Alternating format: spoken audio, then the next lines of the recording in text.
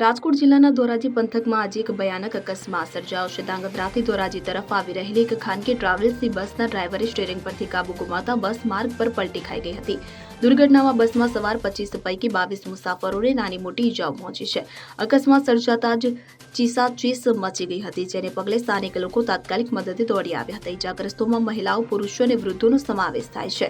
તમામ 22 ઈજાગ્રસ્તોને તાત્કાલિક ધોરાજીની સિવિલ હોસ્પિટલમાં ખસેડવામાં આવ્યા હતા। અકસ્માતના સીસીટીવી ફૂટેજ સામે આવ્યા છે, જેમાં બસ કાબુ ગુમાવતા રોડ ઉપરથી બે મોટરસાયકલને પણ અડફેટે લીધી હતી। ત્યારબાદ બસ પલટી મારી ગઈ હતી તે દેખાઈ રહ્યું છે।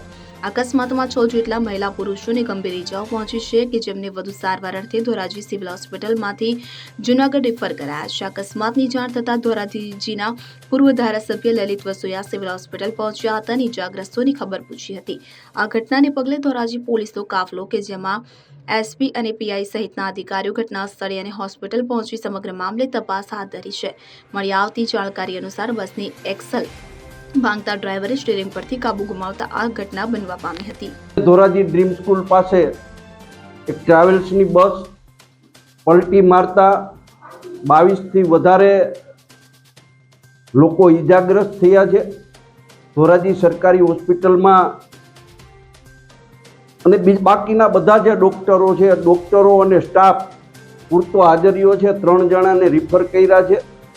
3ની સ્થિતિ ચિંતાજનક છે। બાકીના દર્દીઓની સારવાર અત્યારે ધોરાજી ખાતે ચાલી રહી છે અને ધોરાજીના સામાજિક સંસ્થાના સૌ આગેવાનો અત્યારે અહીં સેવાકીય પ્રવૃત્તિમાં ખંભે ખંભો મિલાવી અને જે લોકોને ઈજા થઈ છે એમને મદદ કરી રહ્યા છે। ટ્રાવેલ્સના માલિકે એવું કીધું કે બસની એક્સેલ ભાંગતા બસ પલટી મારી છે અને બસ વર્ધીમાં હતી, એટલે ફરેણી રોડ ઉપરનો જે સમાજ છે એ સમાજના લોકો એ બસની અંદર હતા અને બસ પલટી મારી છે, એને કારણે બધા ઈજાગ્રસ્ત થયા। સરફરાઝ કોડી સાથે CN24 ન્યૂઝ ઉપલેટા।